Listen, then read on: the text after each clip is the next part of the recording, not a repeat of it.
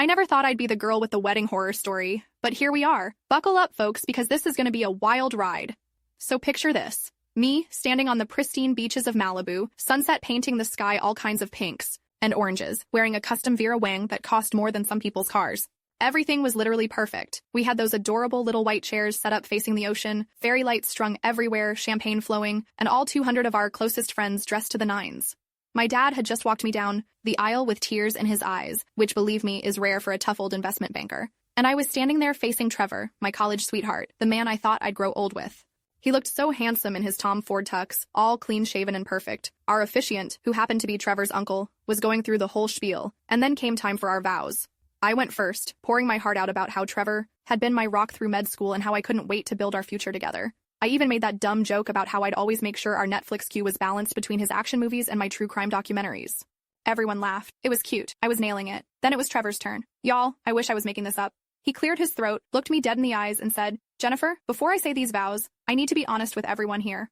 There was this weird pause, and I remember thinking he was about to make some sweet confession about how he didn't deserve me or something equally rom-com worthy. Instead, this man said, "I've been seeing someone else for the past year. Her name is Kaylee, and she's the love of my life." The beach went so quiet you could hear individual waves crashing. I literally thought I was having an out-of-body experience. "But wait, it gets worse," he continued. "But my family insisted I go through with marrying you because of your inheritance and your family connections. They said Kaylee doesn't bring anything to the table, so I'm standing here, but everyone should know where my heart truly is." I'm not even kidding. One of my bridesmaids dropped her bouquet. My mother made the sound like someone had stabbed her. And my father, oh boy, I've never seen that particular shade of purple on a human face before. In that moment, something inside me just clicked. I didn't cry. I didn't scream. I just felt this weird calm, like I was watching everything happen to someone else. I smiled. I actually smiled, took off the 3-carat diamond ring he'd proposed with, that I later found out my own father had helped him pay for, and I just chucked it straight into the Pacific Ocean. Then I looked at him and said, "I guess I should. Thank you for telling me before I signed the marriage certificate." Then I turned to our guests and said, "Thank you all for coming. Unfortunately, there will be no wedding today. Please enjoy the open bar and the catering. It's all paid for." And I walked back down that aisle, with my head held high, my maid of honor running behind me like we were fleeing a crime scene. The next 24 hours were a blur of phone calls, legal consultations, and tequila shots with my bridesmaids at the hotel suite that was supposed to be the first night of my honeymoon. Turns out, when you haven't officially signed the marriage certificate, annulment is pretty straightforward. Thank God for small mercies. But here's where it gets interesting. Remember how I mentioned Trevor and I had been together since college? Well, in those years, he had gradually gotten access to my accounts. Not my main inheritance, my parents aren't dumb, but my checking accounts, savings, investment portfolio that I managed separately. He had his name on everything. The apartment we shared in Santa Monica, my money, his name right alongside mine on the lease. So while I was nursing my emotional hangover the morning after, I called my family's financial advisor and my lawyer and went full Armageddon on Trevor's financial situation. Froze joint accounts, removed his access, changed all passwords, and started the process of getting him off the lease. Within 48 hours, his cards were declining everywhere. The love of his life, Kaylee? Turns out she was a yoga instructor at Equinox who thought Trevor was some big-shot investment guy. When she realized he had no actual money of his own and had just been spending mine all along, let's just say her downward dog took her right out the door. A week later, I was having coffee at Alfred's on Melrose when I saw him. Trevor was standing outside looking like he hadn't slept or showered in days. When he spotted me, he actually had the nerve to come in and sit down. "Jen," he said, his voice all shaky, "I made a terrible mistake. I just sipped my latte and waited. Kaylee left. My credit cards aren't working. My parents say I'm on my own. I need help. Just $500 to get a hostel for a few days until I figure things out." I set down my cup, looked him straight in the eye, and said, "Oh, Trevor, if only there was someone out there who loved you." Then I picked up my stuff and walked out, leaving him sitting there. Yeah, I quoted Frozen to my ex at his lowest moment. Not my proudest, but definitely one of my most satisfying. That was 3 years ago. Want to know the twist ending? While dealing with all the wedding cancellations and vendor drama, I discovered I had a knack for crisis management and event coordination. 6 months after the wedding that wasn't, I used part of my inheritance to start Silver Linings, now the most exclusive wedding planning agency in Los Angeles. We specialize in luxury events with ironclad contingency plans for everything. My business partner, the wedding planner who was supposed to coordinate my own wedding, she was so impressed with how I handled everything that she suggested we team up. As for Trevor, last I heard from mutual friends, he's working as a parking attendant at one of the beach clubs in Malibu. Sometimes, when I'm coordinating a beach wedding at sunset, I imagine him watching from a distance, parking the guests' cars, and I can't help but smile. Karma really is a beautiful thing, isn't it? Smiley face updated. You guys, I'm absolutely floored by all the comments and support. I've been reading through everything, and wow, some of you have stories that make mine look like a Disney movie. Thanks for the awards too. Definitely didn't expect this post to blow up like it did. A lot of you asked for more details about what happened immediately after the ceremony, so let me fill in some blanks. After I threw the ring into the ocean, which, by the way, many of you pointed out was wasteful, you're not wrong, but in my defense, I wasn't exactly thinking straight. There was this surreal moment where no one moved. Trevor just stood there with his mouth open like he couldn't believe I'd actually done that. His uncle, the officiant, was frantically flipping through his notes as if there might be a section on what to do if the groom confesses to being a two-timing gold digger. My dad finally broke the spell by walking up to the altar, grabbing Trevor by his perfectly tailored lapels and saying something in his ear. To this day, he won't tell me exactly what he said, but whatever it was made Trevor go white as a sheet. Dad then calmly walked back to my mom, took her hand, and they followed me off the beach. The guests were divided between those who immediately made a beeline for the bar, smart, and those who just sat there as if waiting for someone to yell, "Just kidding!" That never came, obviously. My phone started blowing up before I even made it back to the bridal suite. Apparently, Trevor's parents were telling everyone it was just cold feet and pre-wedding jitters, making him say confused things. Meanwhile, my bridesmaids formed this protective circle around me like Secret Service agents, screening calls and keeping people away. My best friend Zoe, absolute legend, went back to the beach with a garbage bag and started collecting all my stuff from the bridal suite Trevor and I were supposed to share. She said he was sitting alone at the edge of the water, staring out at where the ring had disappeared. When he saw her, he tried to talk to her, but she just held up a hand and said, "Save it for your TED Talk on how to ruin your life in under 5 minutes." That night at the hotel was weirdly fun. My bridesmaids ordered everything on the room service menu, raided the minibar, and we had this impromptu divorce party before I was even officially married. My maid of honor made everyone surrender their phones because she didn't want me seeing social media, which was probably wise. We watched terrible movies and drank champagne straight from the bottle, the expensive stuff that was meant for the wedding night. The next morning was when reality hit. I woke up with a champagne headache and this crushing realization that my entire future had just derailed. All our plans, the house we were going to buy in the Palisades, the kids we'd talked about having, gone in an instant.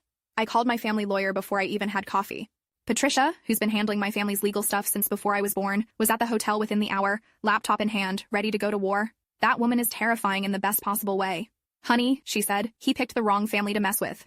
While she was making calls and sending emails with scary legal language, I was dealing with the emotional aftermath. My phone had over 200 notifications, texts, missed calls, social media tags. I couldn't deal, so I just turned it off. My mom showed up around noon with a change of clothes and her game face on. She's always been the practical one in the family. While I was still in the staring blankly at walls phase, she was already making lists of what needed to be handled. Vendors to call, deposits to try to recover, announcements to send. "We can fall apart later," she said, handing me a Starbucks and her iPad with a to-do list. "Right now, we handle this." By that evening, we had a war room set up in my parents' house in Brentwood. The dining room table was covered with laptops, papers, and takeout containers from Sugarfish. My dad was on the phone with the bank, my mom was emailing guests, and Patricia was drafting what she called strongly worded communications to Trevor. That's when we discovered something that made my blood boil. 2 days before the wedding, Trevor had transferred $50,000 from one of our joint accounts to a private account I didn't even know existed. When confronted via text, he had the audacity to call it a contingency plan. The next morning, I marched into our shared apartment with my brother and 2 of his friends from college who happened to be in town for the wedding. Trevor wasn't there, probably still at his parents' place in Bel Air or maybe with Kaylee. We packed up all my stuff and anything that was clearly mine. For everything we weren't sure about, we left it. Furniture, electronics, kitchen stuff, I didn't care. I just wanted out. As we were leaving, Trevor's best man, Jason, showed up. He looked absolutely mortified and said he had no idea about Kaylee or the whole inheritance plan. "For what it's worth," he said, helping us carry boxes to the car. "The guys are all on your side." What he did was beyond messed up. He then told me something that actually made me laugh for the first time in days. Apparently, Kaylee had shown up at the wedding reception. Yes, some people actually stayed and had dinner after the drama, looking for Trevor. When she couldn't find him, she helped herself to the seafood tower and free champagne before Trevor's brother recognized her from Instagram and had security escort her out. By day 3 post-disaster, I was staying at my parents' guest house, sleeping for about 20 hours a day, and only getting up to eat ice cream and take calls from Patricia. That's when she delivered the bombshell that Trevor was threatening to sue me for financial abandonment or some made-up legal nonsense. His claim? That he'd grown accustomed to a certain lifestyle that I was now maliciously withholding. Patricia's response was to send over all the text messages between Trevor and Kaylee that his cell provider had turned over. Don't ask me how she got those. Like I said, terrifying in the best way. Texts where he explicitly talked about marrying me for my money. That shut him up real quick. A week after the non-wedding, I was having that coffee at Alfred's when Trevor approached me. What I didn't mention before was that after I quoted Frozen and left, he followed me outside, begging loudly enough that people were starting to stare. "You can't just leave me with nothing," he kept saying. "We were together for 4 years. I remember looking at him, this man I thought I knew completely, and feeling absolutely nothing. No anger, no sadness, just emptiness. "You had everything, Trevor," I said. And you threw it away. Not for love, which I might have eventually understood, but for money that wasn't even yours to begin with. That's on you. A barista from Alfred's actually came out and asked if everything was okay, offering to call someone if I needed help. I thanked her and said I was fine, that Trevor was just leaving. The look of defeat on his face when he realized even strangers were siding with me, priceless. Over the next few months, I threw myself into rebuilding. I got a new apartment in Venice, adopted a rescue dog, a sassy little corgi mix I named Karma, and started therapy twice a week. My therapist, Dr. Chen, helped me see that what happened wasn't a reflection on me or my worth. It was entirely Trevor's moral failure. The wedding planning business idea came from the most unexpected place. I was having lunch with Margot, my would-have-been wedding planner, to thank her for handling all the cancellations so professionally. She'd managed to get deposits back from nearly 80% of the vendors, which was pretty miraculous. Over kale salads at Sweetgreen, she confessed that she'd been wanting to branch out on her own for years, but never had the capital or the connections. "You were so composed," she said. "Most brides would have had a complete meltdown, but you were making decisions and handling things like a CEO. By the end of lunch, we were brainstorming business names on napkins. A month later, we had a business plan. 3 months after that, Silver Linings handled its first wedding, a small but elegant affair for a tech entrepreneur and his boyfriend in a vineyard in Ojai. Word spread quickly. Our angle was unique. Yes, we could plan your dream wedding, but more importantly, we could also disaster-proof it. Every contract we drafted had contingency clauses. Every event had backup plans for the backup plans. We became known as the wedding planners who could handle anything. The irony wasn't lost on me that my biggest professional success came from my personal disaster. As for Trevor, about 6 months after everything went down, I was at a restaurant in Santa Monica with some friends when I overheard a server talking about that entitled jerk who tried to use an expired credit card and then claimed he knew the owner. Yep, it was Trevor. The manager was considering calling the police when I intervened. "I'll cover his bill," I told the manager quietly. "But please don't tell him it was me. Why did I do it? Not out of kindness, I assure you. I just loved the idea that he'd never know who saved him from that embarrassment. That somewhere in the back of his mind, he'd always wonder if it was me, but would be too proud to ever ask. The mutual friend who told me about Trevor working as a valet at the beach club, that was actually Kaylee. She reached out to me about a year after everything happened, asking if we could meet. Turned out she really had no idea about Trevor's plan. He'd told her I knew about their relationship and was okay with it because ours was just for show. We met for drinks at Elefante, and honestly, I didn't know if I was going to throw a drink in her face or break down crying, but she brought receipts. Literally showed me texts where Trevor had lied to her just as much as he'd lied to me. We ended up talking for hours, and while we're not exactly friends, I don't hate her anymore. She's actually engaged to a dermatologist now, and guess who's planning their wedding? That's right, Silver Linings. Life works out in the strangest ways sometimes. Oh, and one last detail that I think you'll appreciate. Remember that ring I threw into the ocean? An anonymous package arrived at my office on the 1-year anniversary of the non-wedding. Inside was a velvet box and a note that simply said, "Found this while diving. Thought you might want it back, or at least the satisfaction of selling it. Congrats on your success." I never found out who sent it, but I sold that ring and donated every penny to a women's shelter in downtown LA, turning bad juju into good karma, one diamond at a time. Anyway, that's the expanded version of my wedding day disaster turned success story. Thanks again for all the kind words and support. It really does get better, I promise. Winking face final update. Hey, Reddit fam! It's been a while, and I just wanted to drop in with a quick final update because so many of you have been messaging me asking how things are going. First off, Silver Linings just hit a major milestone. We were named one of the top 3 wedding planning agencies in Southern California by Los Angeles Magazine. We now have a team of 12 and just opened a second office in San Diego. Never thought my disaster would turn into an empire, but here we are. Some of you asked about Trevor, and yes, I do have an update. This is wild, you guys. About a month ago, I was coordinating a wedding at the Ritz in Laguna Beach, and guess who was working as a server at the reception? Trevor. Talk about an awkward moment when he had to offer me an hors d'oeuvre. He looked so different, thinner, tired, with this desperate attempt at a beard. When he recognized me, he almost dropped his tray. I just smiled, took a crab cake, and said, "Thanks." Professional to the core, that's me.